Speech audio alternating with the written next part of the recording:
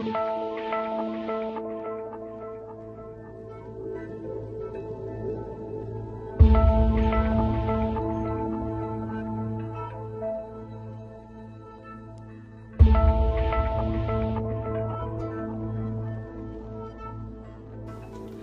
first government had a lasting impact on how our country functions today. The delegates from the original 13 colonies wanted a government where the people had a say and didn't follow Britain's tyranny. Despite the failure of the Articles of Confederation, it served as a rough draft to the golden government the Founding Fathers and citizens envisioned. The Second Constitutional Convention produced the Constitution we see in our everyday lives today, such as in presidential campaigns. Much of the Constitution's success is due to a man named George Washington.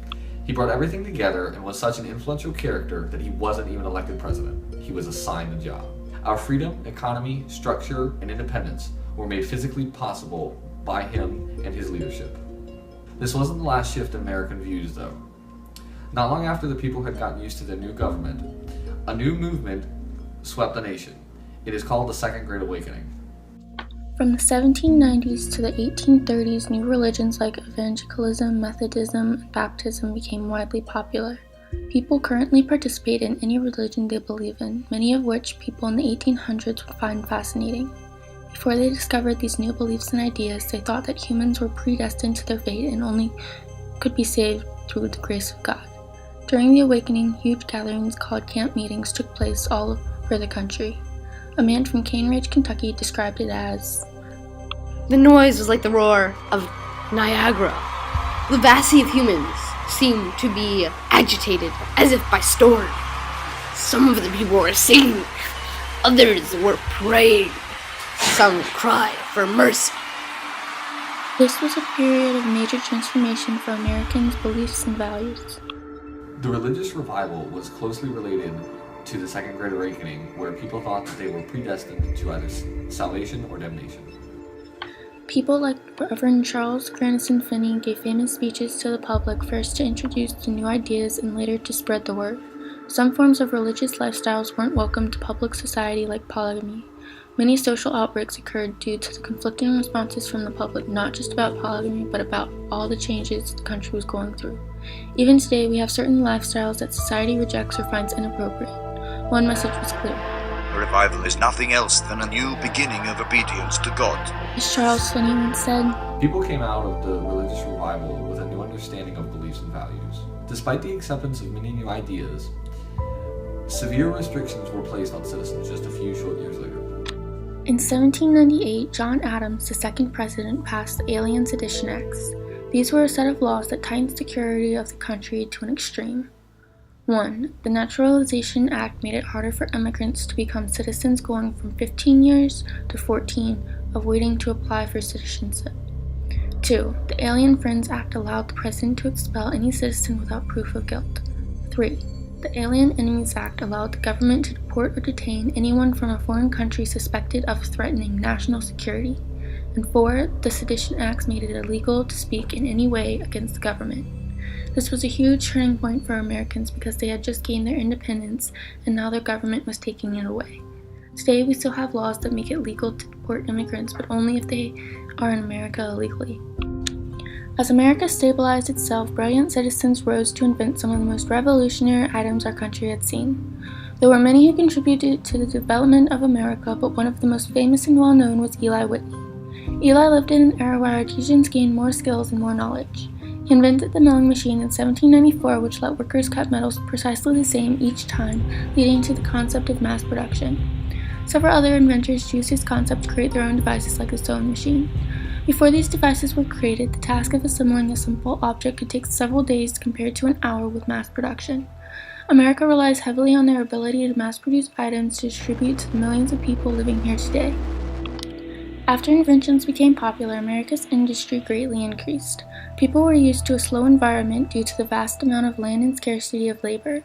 The Industrial Revolution changed that notion from the 1790s to the 1830s and brought with it a higher standard of living than anyone had ever experienced before. Many think Samuel Slater was the first person to start the Industrial Revolution because he was the first to open an industrial mill in 1790. The factory system also played a major role in the breakthrough to the Revolution by making it possible to mass-produce items in a centralized location such as a factory. With factories, though, many workers were needed, resulting in mostly women working at them. Like most things, the Industrial Revolution had many ups and downs. The production of so many items so quickly demanded better transportation and better banks. In 1819, the economy collapsed for 6 years, causing a depression. In the third annual message, President Monroe stated a cause for this depression was their manufactures, for the want of a ready or profitable market at home, have been shipped by the manufacturers to the United States and, in many instances, sold at a price below their current value at the place of manufacture. Since then, we have learned how to balance our economy. During all these historical events, there was one issue that remained a constant: slavery. The very first slave to arrive in America was in August 1619. On a plantation, slaves worked sun up to sundown and had very poor living conditions. Drivers and overseers were used to keep the slaves in line. Domestic slaves had much better living conditions because they worked closely with plantation owners. While their lives may have not been wonderful, some freedoms did come from their position. However, with the slave code starting in 1740, these freedoms were taken away. Some of these restrictions included not being able to own property, they couldn't assemble without the presence of a white person, and no testimony could be made by a slave against a white person. In 1865, slavery was officially abolished. Today we still see discrimination, but not as bad as it used to be. All throughout the existence of slavery, dozens of uprisings and rebellions occurred. In 1800, a man named Gabriel formulated a detailed, organized plan known as Gabriel's Rebellion that would involve the overtaking of whites by fellow slaves. Gabriel was an artisan, which allowed him more freedom than a regular slave would get. This allowed him to band together with over 1,000 other artisans. On August 30th, 1800, the night the plan was set to occur, there was a brutal storm. People got disoriented in the pouring rain, and a traitor in the group warned the whites of what was going to happen. In the following days, many of the artisans were hanged for their uncommitted crime.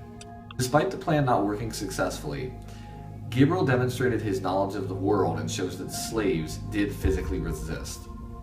While he may not have been the first to rebel, his actions inspired others around the country to do the same. As we now know, there were many rebellions following him that led to the road to freedom. The outcome was worth it, though, because now we live without slavery. There were several ways Americans defied slavery. One of these ways, the Underground Railroad, was a secret transportation system that was able to safely move thousands of slaves to freedom between 1810 and 1850. Safe houses known as stations were used to hide the slaves from slave catchers, with sometimes dozens of houses being used for one family. Before this system, there was no way for slaves to safely escape slavery.